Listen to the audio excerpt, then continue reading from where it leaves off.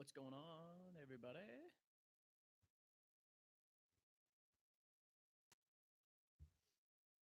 Just waiting for the music to stop.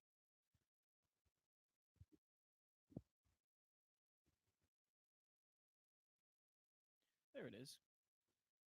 What's going on, guys? This is weird.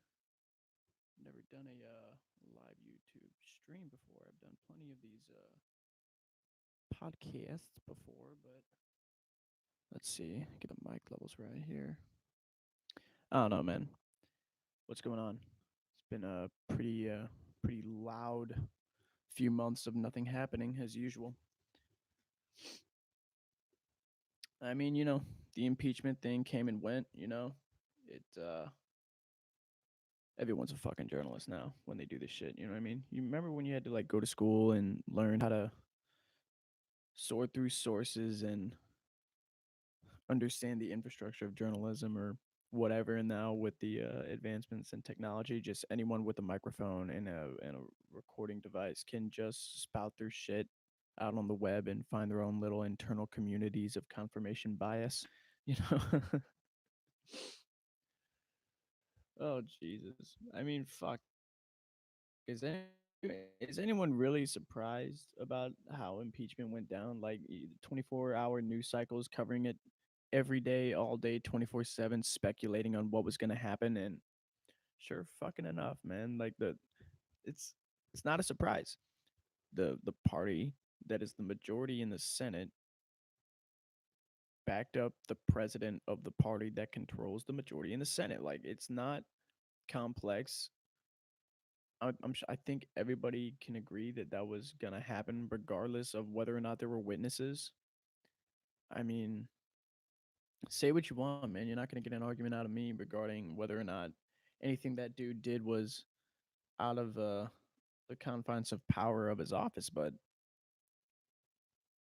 I mean, really, what did we do except what did we? I'm not in this shit. I don't care. What did they do? All they did was make him stronger. They just pretty much reassured his reelection.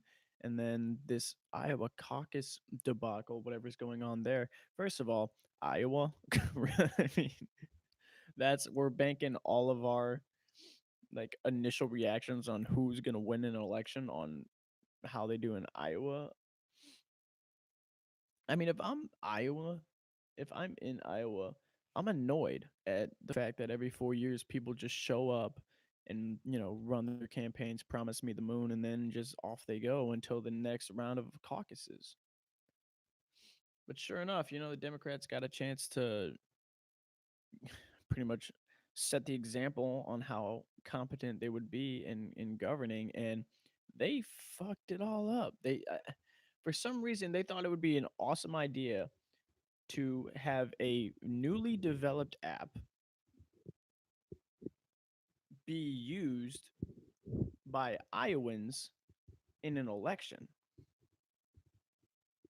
Dude, have you, I don't know if you've ever gone to vote, but have you seen who runs it?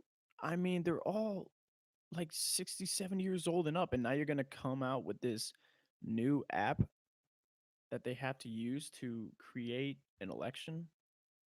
How is that? That's not going to work. Sure enough, it didn't.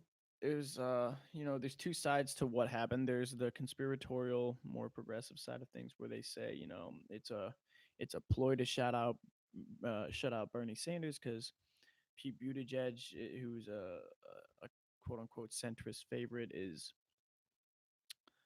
uh I guess it's been known that he has donated money to this company that created this app, and that his campaign manager's wife is on the board of this app.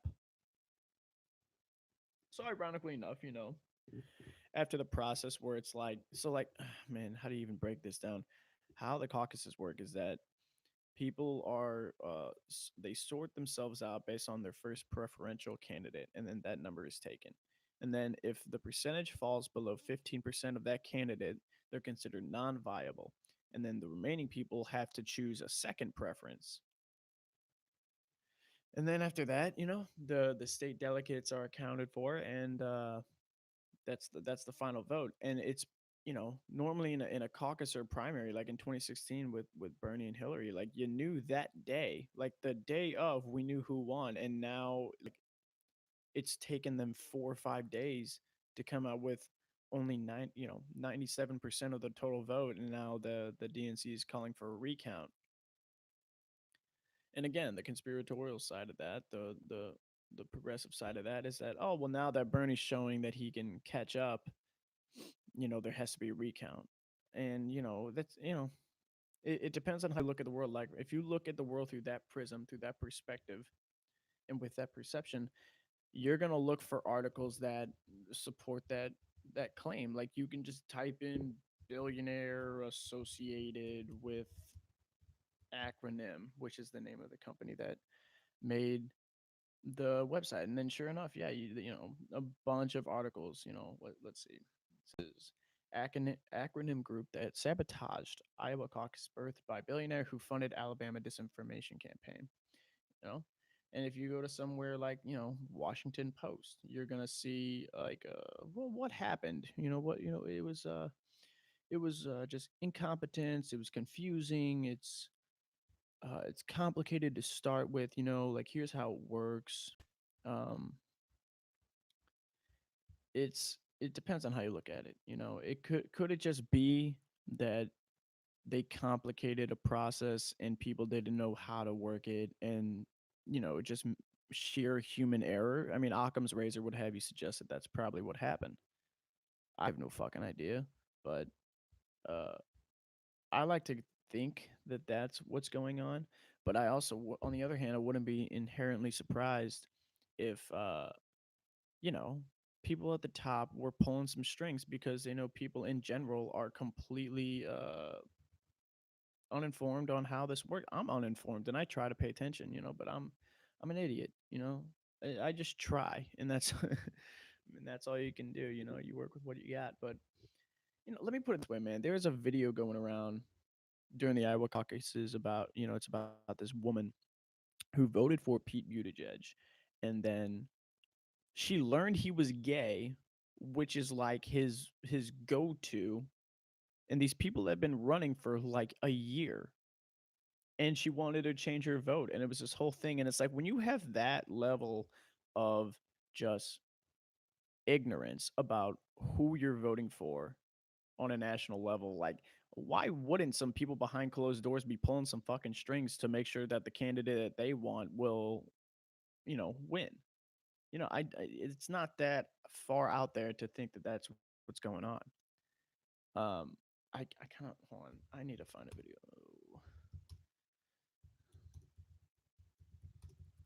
I love it because it speaks to a number of things, but oh, it's just my favorite. Hold on, let's pull it up.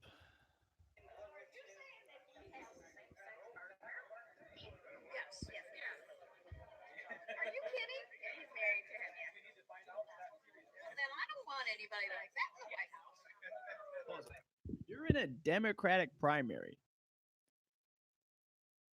Democrats have been, aside from Hillary and Obama, switching over their stance on gay marriage, like in like 2012, 2011, around that time. Like m- the left side of the argument on the political aisle has been for gay marriage since like fuck, I don't know, man. I'll go with 70s. I don't know if that's historically accurate or chronologically accurate, but basically, people who have been arguing for same-sex marriage being legalized is from the Democratic side. You're in a Democratic primary, and now all of a sudden, like you learn that someone's gay, and you're like, I don't know, I don't know how that works, but if that's your level of knowledge, maybe we shouldn't let people decide who's in charge.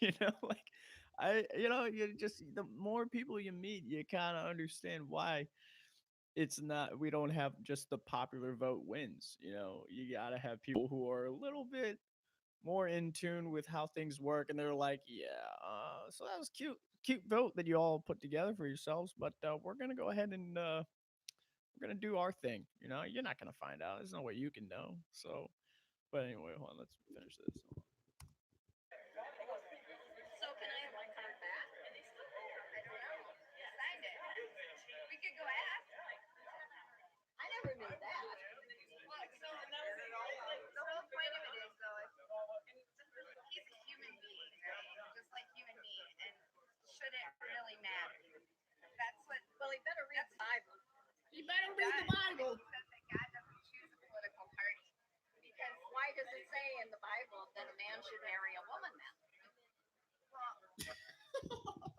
she, after she says that shit, she go, "Well, why does it say in the Bible that a man should marry a woman?" Then, and then she gives this look like, "Gotcha," like, like the Bible is the number one source to cite in any sort of argument, especially regarding a conversation that's been going on for fucking decades. Like, I don't know, man. She just gives this face, and it's that level of arrogance about. I don't want to paint a broad brush, but if you only need one book to be sure of anything you think about, you you ain't gonna be right. You're just not. There's too much information out there that goes against what you can claim because you claim a book and written thousands of years ago is gonna somehow be relevant in the modern times, especially regarding who you want to stick your thingy into. It doesn't make sense. So but anyway, yeah, let's continue on with that. I totally respect your viewpoint on this. I so totally do. But I think that we were not around when How that come was this has being never been written. brought out before? It's been common knowledge. Like it was like the number one thing. His whole identity politics stance was that I am a gay man and I am also a Christian. Take that, Mike Pence. Like that was his thing. And then, he was a veteran, he served. But so how come it hasn't been talked about before? It's been talked about repeatedly. Everybody knows this.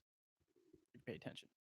Like you don't have to know the mathematics behind how tax policy works, but you can know the basic facts about the person you just voted for. Like you just use your vote to support someone, and it would be nice if you knew like their last name or who they're having sex with and like what their background is. Kind of like some basic go-to shit. Like when Hillary didn't run in all the states, like she lost in Michigan or in Wisconsin, and it's like rule number one of running for president. You don't have to know a fucking thing about running for president except visit all the states. Just go everywhere and talk and say, here's why you should vote for me, and then leave, and then occasionally go back to that state. But it's become so analytical and it's become so much about the numbers and the delegates are here and we know we're going to win this area. We don't need to focus so much over there. We always win this area. And it's like, that's not going to work. It's just overcomplicated. Just go to the states, say what you want to say, go. Anyway, whatever. I don't know shit, by the way. I don't know shit. It's common knowledge. I never heard it. Well, I never heard it. I never heard it, therefore it can't be common knowledge. I love it. Like, if that's what you think, like, people, man. I have not heard about it, therefore it's not common knowledge. Jesus Christ. God.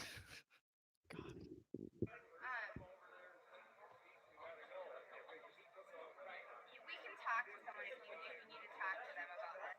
I don't know the rules on this or not, but I guess what I would like you to just take deep inside and think like, should it matter if it's a woman or if it's a man or if they're heterosexual or homosexual if you believe in what they say? That's my question. It all just went right down the toilet. Is where it all just went. It almost went down the toilet. And that's you are yeah, you have a total right to your opinion and I am not trying to tell you to think otherwise. But I mean, first, kudos to this woman who has to deal with this because this is why I can never work at a polling station precinct, whatever you want to call it, or in a campaign like trying to, bro. If that were was the level of argument that was being thrown my way, first of all, I would have been completely stuck on. Did you just vote for a candidate and you knew nothing about them? Like you just Pete Buttigieg. And she's first of all, she votes Pete Buttigieg, but she's wearing like three different stickers. She's wearing Amy Klobuchar stickers, Elizabeth Warren stickers, and she voted for Pete. This woman is clearly confused. Clearly. But anyway, props to this woman because she's being super patient with her, and it's a level of patience that I don't think I would have unless you pay me enough. If you pay me enough, then maybe I could deal with it. But anyway, we'll ask what they want us to do. But I just ask you to look inside your heart because you sound like a Christian woman to me. And I'm a Christian woman and my God Well, then you know wants what me the to love Bible everybody. says. I do, yep. So you must not believe it then if you think it's okay for somebody to be married to a same-sex person. So you are not like the gall of anyone, two people who are of the same faith, and someone's like, "Well, you're not a real member of the same faith as me if you don't believe exactly the if you don't believe in the exact interpretation of the Bible as I do." That's a level of arrogance that you can't get anywhere except unfortunately in religion. And I'm not, you know, it's an easy subject to harp on, and then you can find all sorts of there's plenty of people who are religious who do not take uh that kind of behavior and don't, they don't act that way. But, unfortunately, you know what? I take all that back because you can pull up it's any sort of dogma. It's not just religion. It's in politics as well. Like there's a really ironic video, and I hope I can find it. But it's an ironic video because it's a video of the white pride or straight pride parade. That's what it was. The straight pride parade. And you have all these people on the sides of it who are protesting against the parade. And everything they're saying and everything they're yelling at them is literally the exact same intolerant quotes that you would see during the civil rights, like "Go home, you don't belong here," blah blah blah. And it's like, aren't you supposed to be the tolerant people?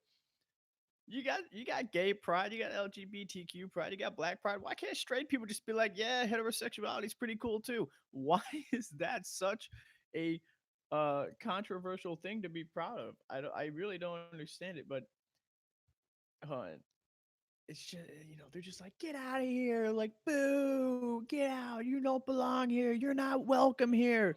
It's so close to go back to where you came from, go back to your country. It's the same level of thinking, and it comes from a dogmatic extreme uh way of viewing the world, that if you do not think like I do, then you must not be a good person, a Christian, a Democrat, a Republican. Like, let me see if I can.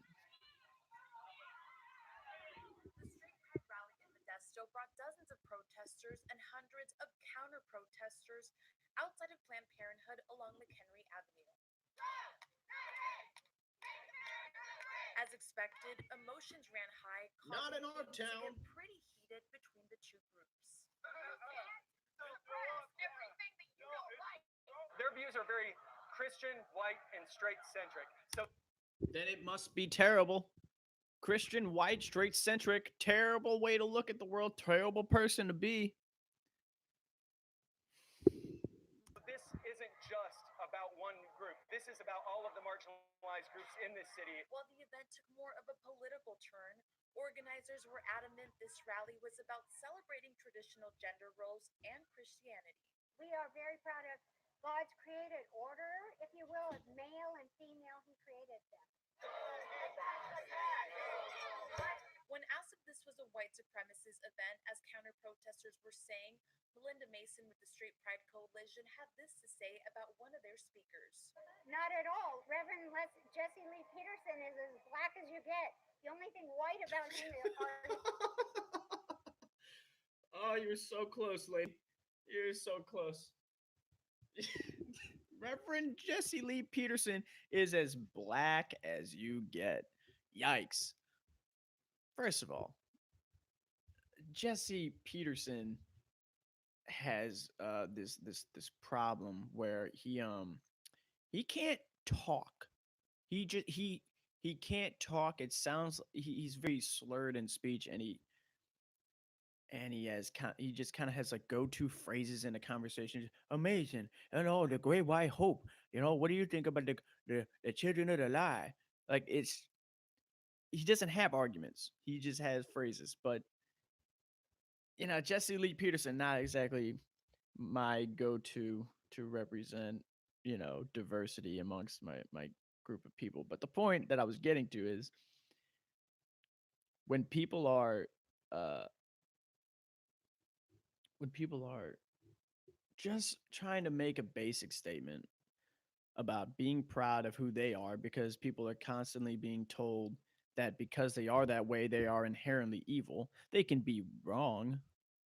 You can think that they're wrong. I oftentimes think that they're wrong, but they're not inherently bad people because of basic genetic coding that occurred without their control, especially regarding whether they're heterosexual or white or, you know, people who can make the argument that religious belief is an ancestral part of the DNA that is passed down. I mean, and I was writing about this the other day. You know, after the impeachment thing happened, just the left has this innate ability to just shoot themselves in the foot and trip themselves over their own bullshit. And they're constantly worried about being more woke than their other 60-year-old colleague. Like, first of all, if you're running for a federal position, especially the top federal position, you ain't woke. Okay, you nerd. You nerd, and that's okay. That's why you got involved. You like to read, you like to read, and you like to solve problems, and you like to help people, and that's great. You nerd. That's why you understand how it works. You understand how tax law works and how the math behind it works and how you calculate the demographics and how you can see the trends and all that. That's what you went to school to do. And that's also why I never understand, like, when people talk about whether or not they want a specific candidate, or they support a specific candidate. They go, well, this person just I don't relate to any of them. Well, you ain't supposed to. You ain't supposed to. They're running the level of narcissism that you need to run for president and go, you know what? I can fix all this. They're not supposed to be relatable. That's why they're in politics, because they have this, and I'm sure a lot of them have great intentions, but a lot of them just, they just have this, like, first of all, they're opportunistic. They know it's a great way to sell books and make some money. Second of all, it doesn't matter. The point is that you ain't supposed to relate to these people. You can't. I mean, they have stories like, oh, well, when I was a kid, I grew up in a two-bedroom household, or we were, living paycheck to paycheck, and you can relate to them in that way, but you're not supposed to relate to them as to where they are now, running for office. What? That's a whole other set of bullshit to go through. But where did we? Yeah, that got off the rails quickly. Where were we? Oh yeah, this lady who this lady has a great amount of patience. The person who's dealing with this woman from Iowa who's got an issue with the fact that Pete Buttigieg likes it in the pooper. Um, you know, it is what it is. Irishman talk. What are you gonna do? Um, one other thing I wanted to kind of stick a wedge into is, you know, people get. I don't know. Hold on. I think people get way too emotionally invested into things on a federal level that are genuinely out of their control. Like, you can vote for people in office and stuff, but there's so much noise. There's so much noise, and you just wonder if it's all smokescreen behind, a smokescreen in front of what's actually going on. Like, if you just go to Congress.gov, you can look up uh bills that are on the House floor, or have been sent to certain committees and all that. Things are going fine in terms of, like, Congress doing its job. They just don't show it because it's not good ratings. Like, hold on, most viewed bills, top 10, or let's go with let's see, current legislative activities, House of Representatives. Let's see, bills to be considered. Let's try that. Just Congress.gov, people. HR 3976. Let's see. Let's find a good one. Let's find a real good one. There you go. HR 4305. Pause for Veterans Therapy Act. what is that, you might ask? Well, it kind of is what it sounds like. It's a program for veterans and the therapy of veterans with PTSD to like, set up a system of some sort where they use pets, dogs in particular, to help them out. And you can look up an abundance of studies or videos where having an animal around helps out tremendously with that kind of thing. Let's see, where are we? Go back. What was it? 4305? HR 4305. You just search it. Yeah. So it was introduced, it's passed the House, it hasn't passed the Senate. But the latest action is a motion to reconsider laid on the table agreed to without objection. Whatever the fuck that means in lawyer talk. I don't know. But man, it's in the committees of the House of Veterans Affairs. It's passed the House. So when people say Democrats aren't doing anything, well, they just passed a bill that would help out veterans with a very low cost, and it's proven to work. And they don't need drugs, and they don't need a shit ton of health insurance. You just need a living thing to kind of remind you that with that unconditional love that a dog provides, that things are okay. I mean, you're dealing with a lot, but I take care of you, you take care of me. There's a place to direct that love and affection and attention, and it gets you out of your own head. I think it's an amazing program. It's an amazing idea. It's got 324 co-sponsors. My point is that, again, it's about how you look at the world. You can look at this stuff as like everything is a conspiracy from the neoliberal centrist corporate whatever the fuck against the populist progressive real good person, which there's plenty of stuff that you can look up to back up that claim, and you might be right. My point is that there are multiple truths. Like you can look up that, or you can look up back when Obama was trying to get his healthcare plan passed. There's like a 5-part series on YouTube, all of them about 2.5 hours long, where they're discussing the bill and debating the bill. And you're like, okay, so that's really what it's like. It's really just a long, boring process that only a 2 feet into the pool nerd could understand and dissect. And all this other shit is just noise so people can make money off of it. I've always said that much like in religion, politics has become a product to sell, an abstract product to sell. There's materialistic versions of it that are shown in books and commercials and super PACs and all that stuff and fundraisers, but it's an abstract product. And in order to sell that, you need conflict, you need opposing views, you need ratings, you need a lot of things. And sometimes I wonder if that's how a lot of the majority of the issues don't get help. Because if there's not a product to sell, then what's there to run on in the election? If there's no problem, there's no product, and if there's no product, there's nothing to sell. If there's nothing to sell, how are you going to run an election? How are you going to win one? So they have all these issues that they, you know, um, speak about in hyperbole and generalizations and absolutes that dominate the political conversation, especially on a national level. But when in reality, stuff is being passed or not being passed for some reason. But the point is that you can look up these bills. I don't want to, but you can.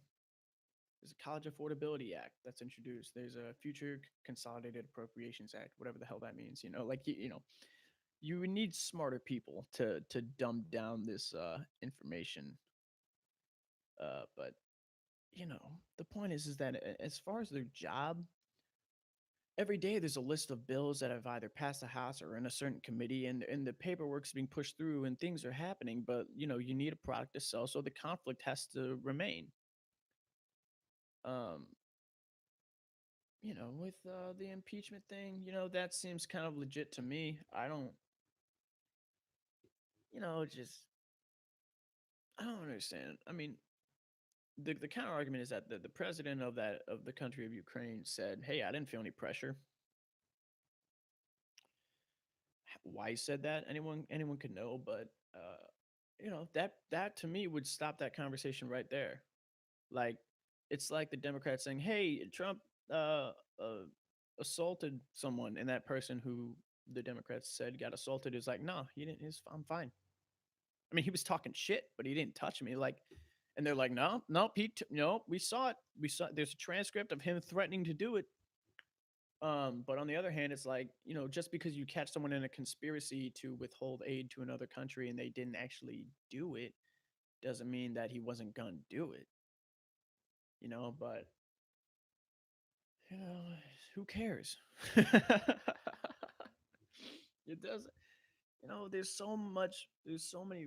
It, I think a problem like that matters when you're so deep into that world that you can think that deeply into it. Like, it's a stain on this institution and we have to protect our values and blah, blah, blah.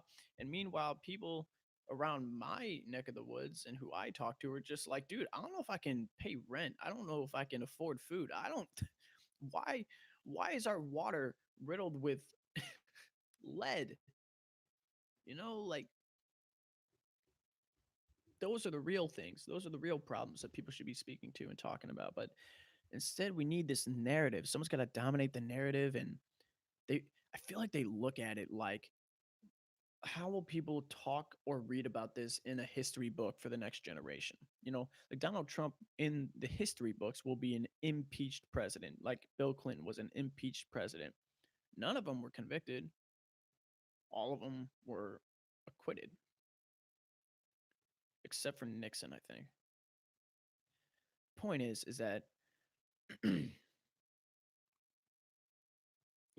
there are problems that matter to ordinary people that don't transcend that don't reach to that high of a level of thinking in the political sphere. And there are issues in that high of a level of the political sphere that kind of transcend the issues of regular people. But again, at the same time, you see bills like the pause for Veterans Act, for veterans therapy. That's a very simple idea that works and is good, and that should be like a bipartisan thing.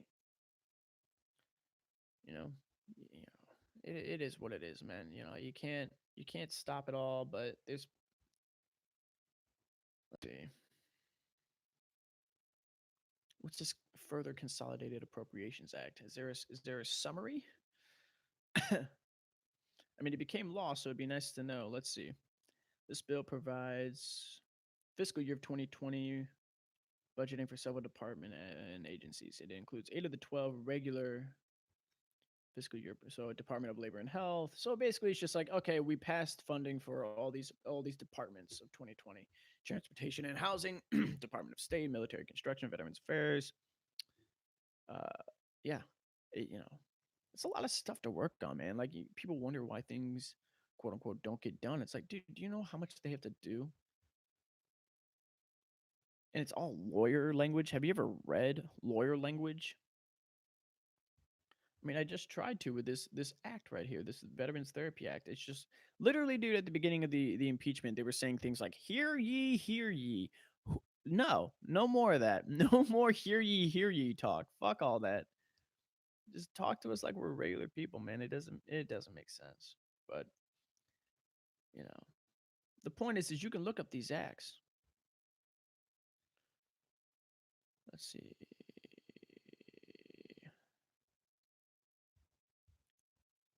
Hmm. Hmm, hmm, hmm. Yeah, passed the House of Representatives February 5th, 2020. Yeah, so it's about how you look at the world. It's easier to think, oh, just Bernie Sanders is being shut out by the Iowa Democratic setup and the DNC, and you might be right. You might be right, but it's also possible that you know their dumbasses thought it would be smart to introduce new app technology to an ever-growing population. And you know what? Now that you think about it, the way we do it before the app, like, first of all, voting needs to be a holiday, period. And the fact that no one talks about that anymore is kind of like a good representation of where people actually stand on this. Because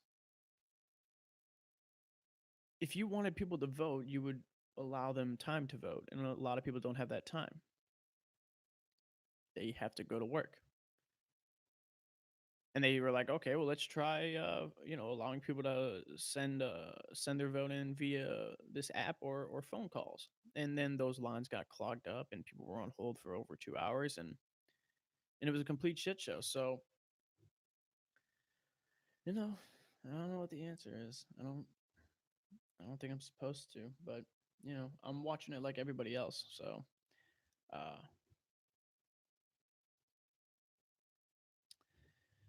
what else can we talk about? Let's get out of this realm for a second, because it gets depressing fast, and nobody really cares. Everyone's fucking busy. Everyone's doing their own goddamn shit. It's just a product to sell.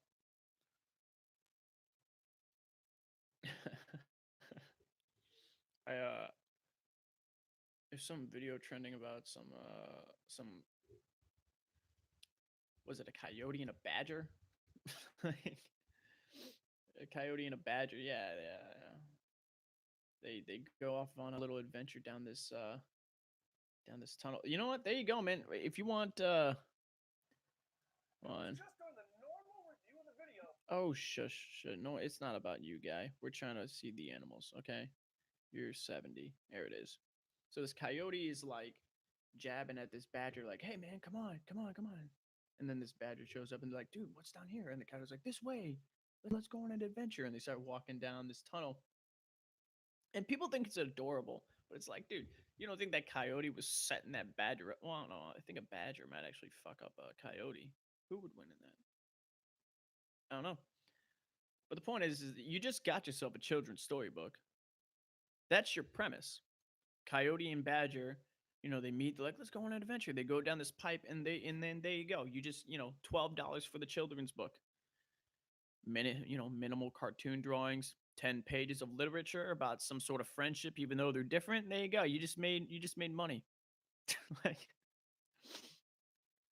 you gotta look at everything like it's an opportunity to make money in this world, which is sad because we just kind of want to chill out and hang out and talk and have a good time, but we're so stressed out because we have to go to work for people who don't have our interests and minds. And actually, you know what? I'm getting real biased here. I talked about this recently, but I got fired from a job, and it sucks bad, because then you got, I've filled out like probably 12 or 15 applications. Granted, they're all on Indeed, and doing it online is not exactly I mean, that's what the world has become. Like, yeah, you go in, you're like, hey, you guys hiring? They're like, yeah, but you can apply online. It's like, yeah, but how often are you actually checking up on that? Like, I've applied to like 12 different places. And so in the meantime, I'm doing things like this. So, and I know nobody watches or listens. And if they, I've people have pulled me aside, like, yeah, I listen, man, it's cool, it's whatever. But, you know, if you do, great. If you could loan me $5, that'd be kind of that'd be kind of cool. Man. But let's see. Yeah, so the coyote story with the badger is pretty nice. It's a nice story. What happens if you Google like funny stories of today? Let's lighten things up. Weird odd news. That's what you're looking for. There you go.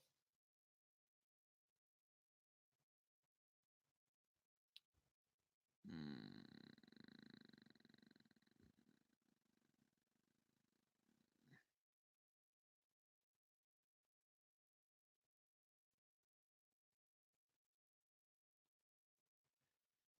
Okay. An Italian restaurant in Australia has made a 103-meter, that's 338 feet long, margarita pizza to raise the funds for firefighters battling bushfires. Great cause. If you haven't heard about, you've heard about it. Okay, there's a fire going on in Australia. It's fucking terrible. I think there's something like 500,000 metric units of wildlife have died, and I actually know someone who's from Australia. He's a cameraman for a buddy of mine, and like it's a sad story, and maybe I should be going over there in my free time and volunteering, but I'm an American. I just talk about wanting to do the right thing. I don't want to actually do it because that requires taking a risk. And but the point, why do you need to make this pizza to raise? Like, shouldn't you just want to raise money for it? Like, when that that church in Paris, the Notre Dame Church or whatever, it burned down. They had funding for it, like billions of dollars for its rebuilding quickly, and they didn't have to make a pizza for it. People are losing their homes and animals are dying, and people are like, well, I want to help out, but I'm a little hungry. Can you make like a pizza? Can you give me an incentive to make it worth my while? Jesus, man. What else? Spotify announces a playlist for dogs left home alone. I didn't even know you could play music for your animals. Interesting.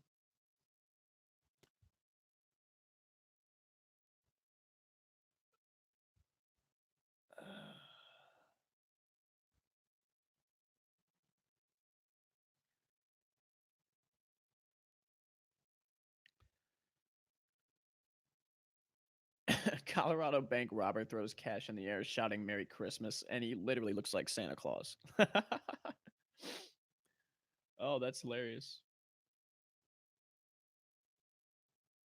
Oh, he was shouting it to passerby, police, and local media. Like they were reporting on it. He's throwing money at him. That's hilarious. Oh my God. Indonesian housewife tackles homelessness for 250 feral cats.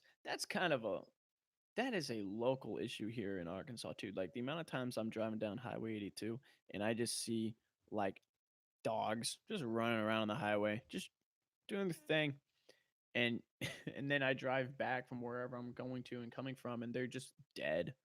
Like can't there be something done about that, I've tried.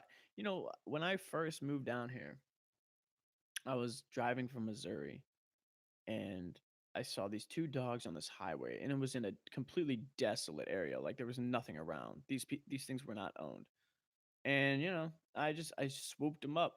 I was just like, "Come here, guys. Let's get you somewhere. Let's get you to a shelter or something." And when I showed up to the shelter, I was like, "Hey, I found these dogs on the highway. Like, you guys, you want to take them?"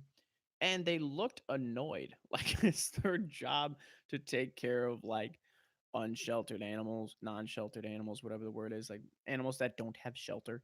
And they just looked annoyed at me like, "Oh, fucking really, dude?" Like that's like if you run a homeless shelter and you're like, "Hey, I found this homeless man drifting about talking about satellites and how they're in his head, like here you go." And they're like, "Oh, really, man?" Like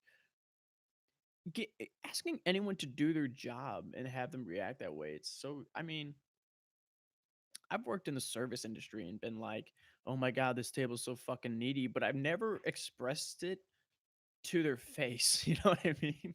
Because I want that tip. But it's like, if it's your job, what you're the guy doing the thing. You're working at an animal shelter. You're supposed to take care of animals that don't have shelter and who are abandoned, and you're acting annoyed. But but actually, I was driving back from work. This was probably like 3.5 years later. I was driving back from work, and it was nighttime, and I saw this dog on the side of the road, and I was like, all right, do this again, swoop it up, give it to a shelter in the morning, and I get out of my car, and it's just sitting there, and I'm petting it, I'm like coaxing it, I'm feeding it some shit that I had in my bag, and I'm trying to earn its trust, and I'm like slowly seeing like, okay, will he let me pick him up? And he's letting me. And then just fucking out of nowhere, home dog just lunges at my neck like a full. I mean, he was old, so it wasn't quick. It was like a slow. Yeah, you ever seen uh like a snake strike in slow motion? You see how they kind of like get ready to strike. You kind of see them lean. Like I saw that happening, so I'm like, oh shit, is he gonna is he gonna bite me? Is he gonna? And sure enough, he just gives this weak like lunge, and I just drop him. And it's so hilarious how like in a split second, your level of empathy and sympathy can just do a 180 to complete apathy and just be like, fuck this. Like literally, I dropped him after he tried to bite me, and then I said, good, fucking die then. I don't care. Like, oh god, can't save them all. It's just something about, I like animals more than people. Like if I saw people on the side of the road, I drive right past them. But if I see a dog, I'm like, oh no, the dog. Gotta make sure the dog's okay.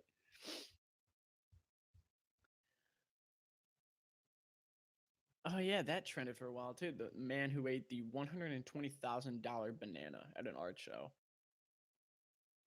says, I'm not sorry. First of all, this is why I hate art, okay?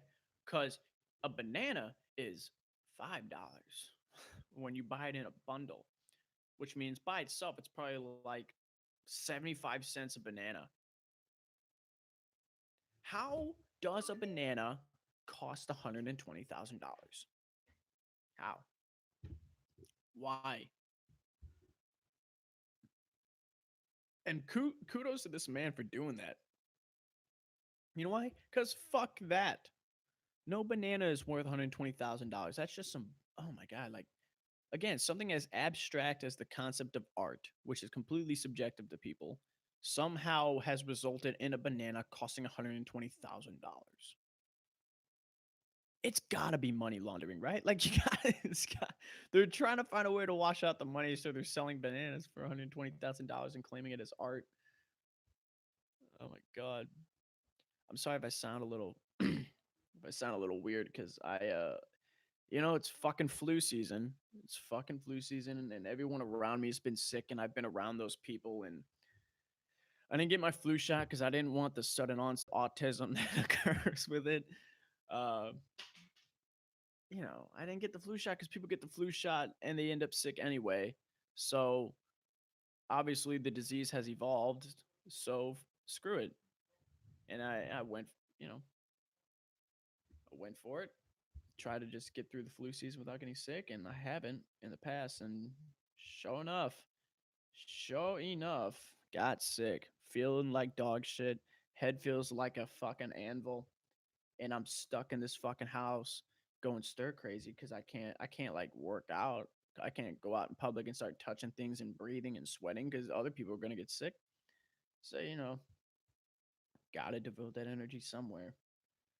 I'm doing this, but you know, it's been a loud 3 days.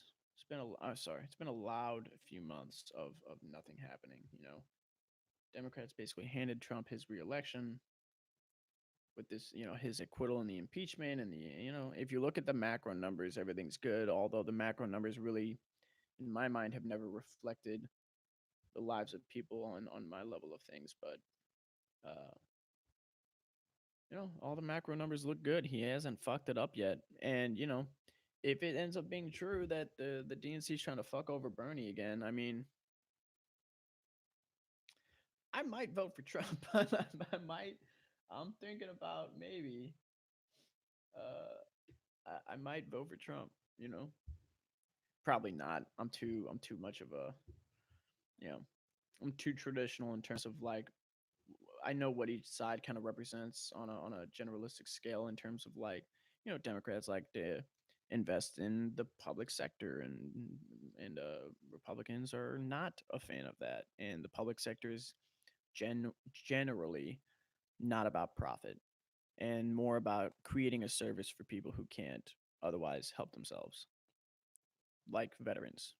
You know what I mean? Like, so,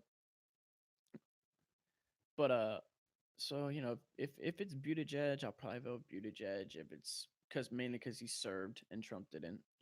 So you find your hairs where you can split them, but that's part of being an adult. You don't always get what you want. Bernie should get the nomination, but he probably won't because it's not good for their business. And if that's the case, you got to play the game because we got to get step forward somewhere. But Oh, speaking of Bernie, oh my God. Did you know that he used to have a cable access show in the 1980s as mayor? Dude, Bernie was a YouTuber and a podcaster before YouTube and podcasting were a thing. Like, that's crazy. That's crazy. He was so ahead of the curve. He might still be ahead of the curve.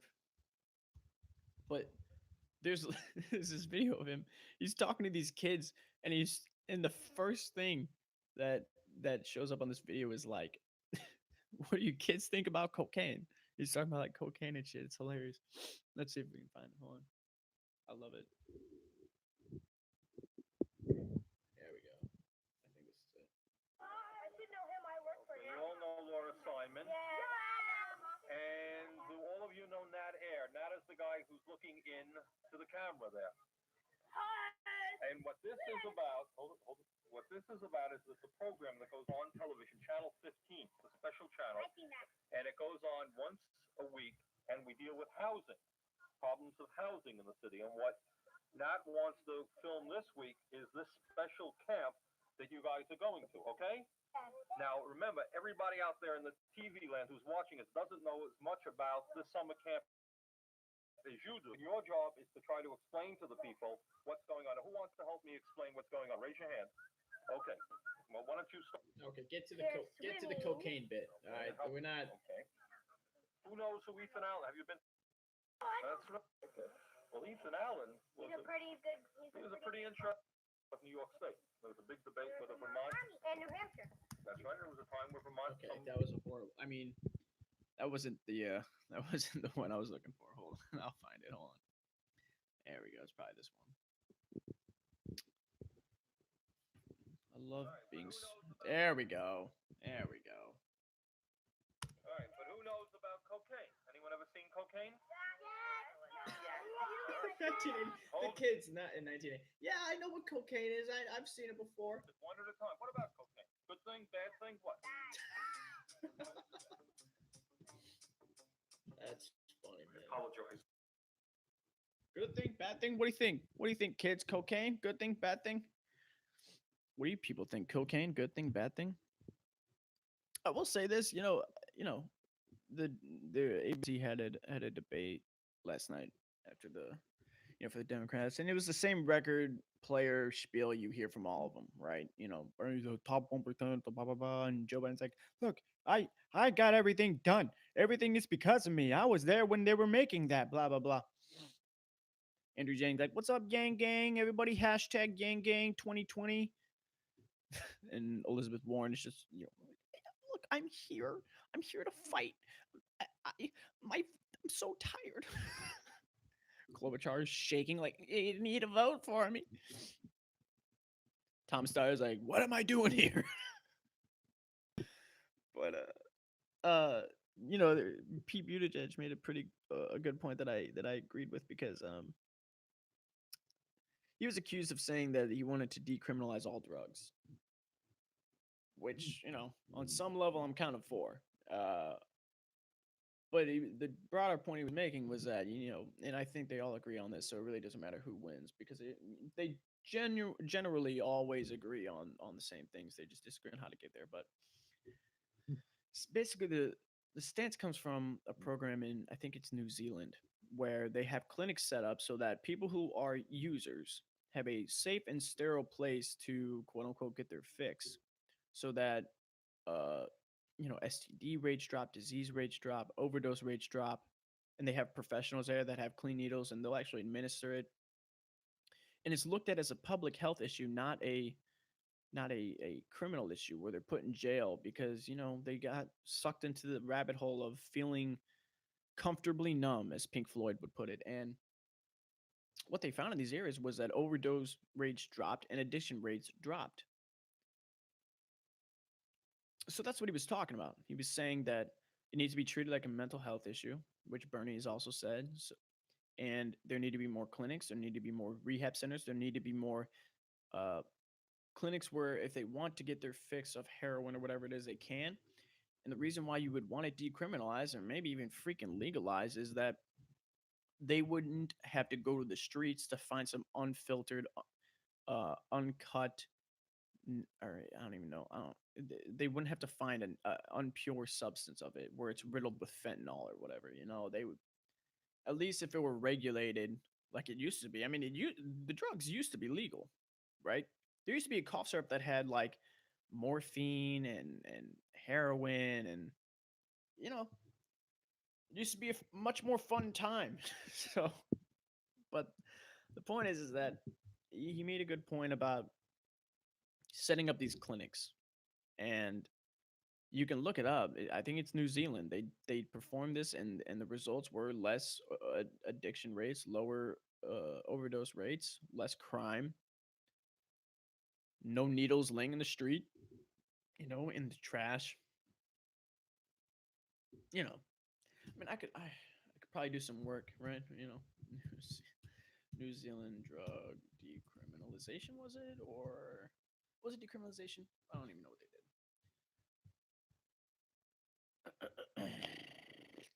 Decriminalization of narcotics in New Zealand, yeah. loc.gov/law.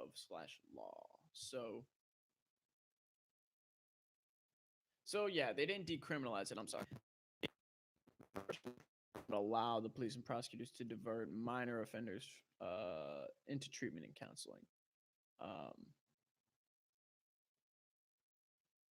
Let's see. I could have sworn. Hold on, I don't want to be wrong about this. Drug clinics, clean needles, over OD rates dropped. Keywords. You just gotta type in the keywords you're looking for. Okay, hold on.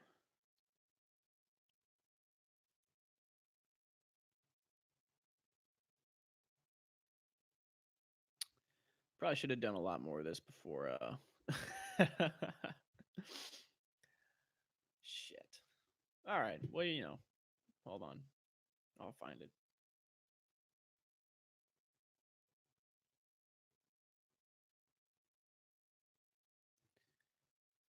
All right.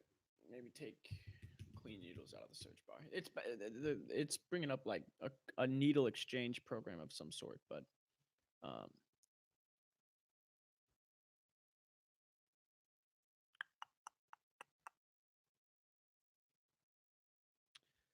oh fuck. Whatever.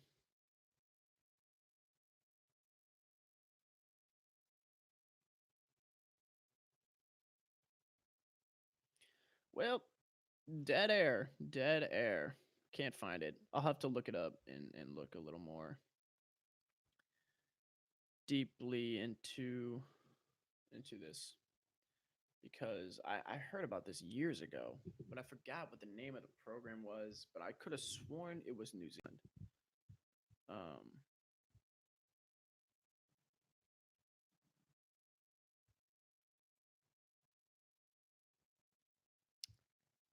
Whatever. The point is that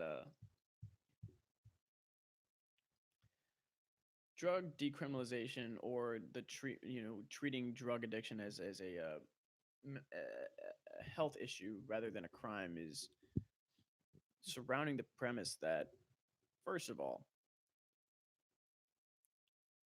it's not illegal to take opiates if you have a prescription and they give you opiates. It's not illegal to take Xanax if you have a prescription and if you have insurance, mainly. And a lot of poor people don't have insurance, but poor people are not exactly, you know, immune to anxiety and pain. And who is the government to say, well, you can't alleviate that pain? And how to, sure, maybe not everybody should be taking opiates. Maybe not everybody should be taking morphine and heroin. But what about kratom? If you ever heard about kratom, it's an herb. It grows from the ground, much like marijuana. Technically, it's a tree, and it has the same risks in terms of like tolerance, dependency, and withdrawal, but it's not dangerous. It doesn't. You can't die on it. And maybe there's one case, but the amount you would have to take to die is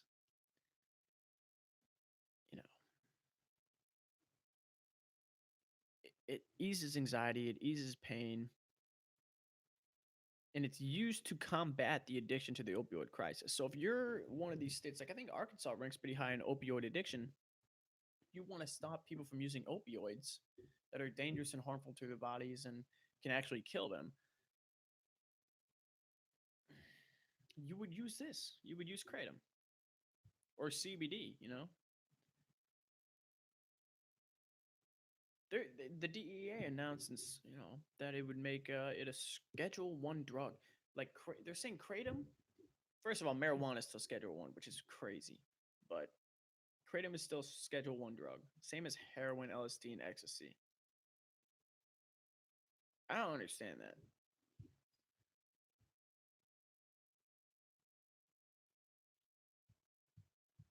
Yeah, I don't know. Like, kratom benefits. It's very hard Google searching here.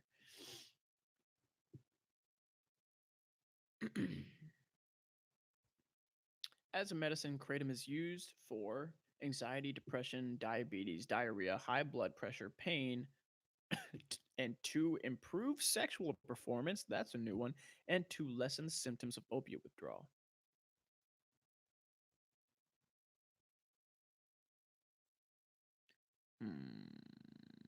There are claims that you can overdose. Let's see. Overdosing. You can't die. You can overdose, but you can't die, right? Let's see.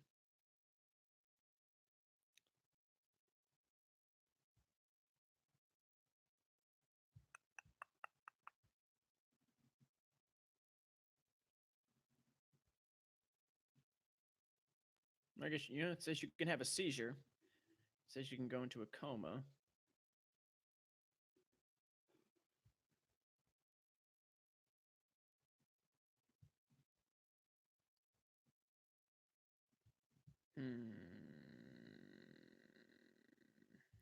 Yeah, maybe there's a lot more information. I don't know, man. Look, there's a risk with anything you take if you use it not in moderation, for sure. No doubt about it. But you can't, all the arguments against kratom fall flat when you think about how willingly we're able to access prescription medications so long as we have really good insurance and a awesome doctor. And the death tolls from that are skyrocketing. And you can go to cigarettes, man. Cigarettes, alcohol, all recreationally sold, all regulated, all up to the hands of the individual user, and it's still legal to sell. And so the argument falls flat. But the proportionality between those two, kratom and psychedelics compared to alcohol and tobacco products, and it's just not a contest. So if you want to live in an absolute world, either no one gets to do drugs and we all lose the individual freedom, or everybody should have the choice to decide what they put in their bodies. But or if you're like me, you live in a very gray world where it's like, okay, well, what's the substance? What does it do? What are the effects? Everything's okay in moderation, but that's another platitude people like to say too. What is moderation? The individual is just like, oh, I'm super moderate about it. I just do it 4 times a day, you know. But devil's in the details, people. It's always in the details. You want to make absolute theories about how the government works on the legislative scale, and then you go to the Congress.gov website and read the bills, and you're like, there's a lot of words. I don't want to read all this shit. People just don't want to admit that there's a lot more information out there that they can handle, and that scares them. So that's how you end up with people like this lady from Iowa talking about like, oh, Pete Buttigieg gay? He's gay? Well, I don't want to vote for him anymore. I didn't know he was gay. It's only been his number one running, quality since he started running. Soldier and gay. That's like the only 2 things you need to know about this guy. I don't know, man. It's getting a little off the rails. But,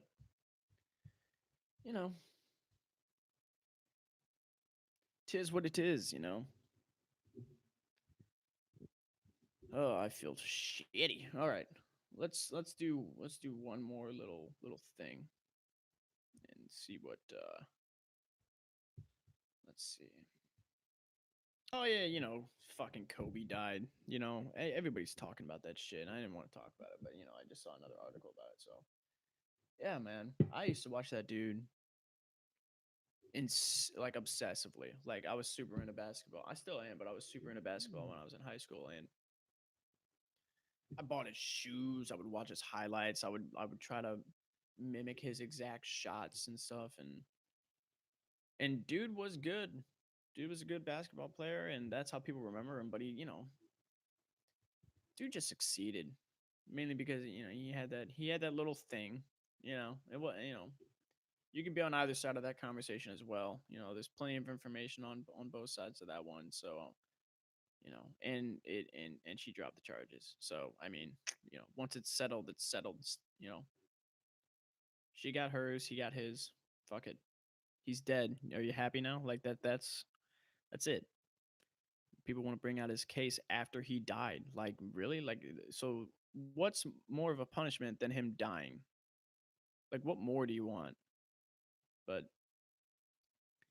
sad man, and his freaking daughter. Like his daughter was with him, and other members of his daughter's basketball team were with him, and they died in a helicopter. Like that's horrible. Like I've had dreams of being in a vehicle that was airborne and it crashing.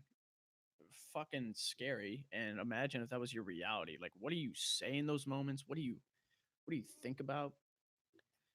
Scary to think about, dude.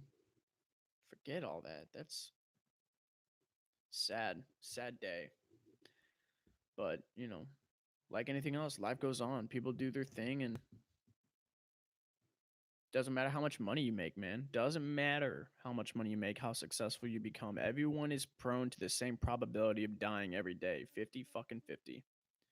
You can choke on the piece of donut you're eating right now. You can crash in your car on your way home from work from a basic day. Nothing special about it. You haven't been drinking. Just some fuckhead was texting. You know, it can be done at any moment. And for some, and it's only in moments like that, on that, like, worldwide of a scale in terms of Kobe dying. Like, Kobe was a worldwide icon. He wasn't just a celebrity in the United States. He was beloved all over the freaking world. Everybody knew him. If you didn't know basketball, you knew Kobe. There's a reason why when people shoot a ball of paper into a trash can, they say Kobe and not LeBron or Michael Jordan. They say Kobe. And it's only in those moments when someone with that magnitude of celebrity and personality dies that people, we have this moment of like, people need to, tell your family members you love them because you never know when it's gonna be the last day, and it's fucking sad that we don't just have that mentality from the start because we're just.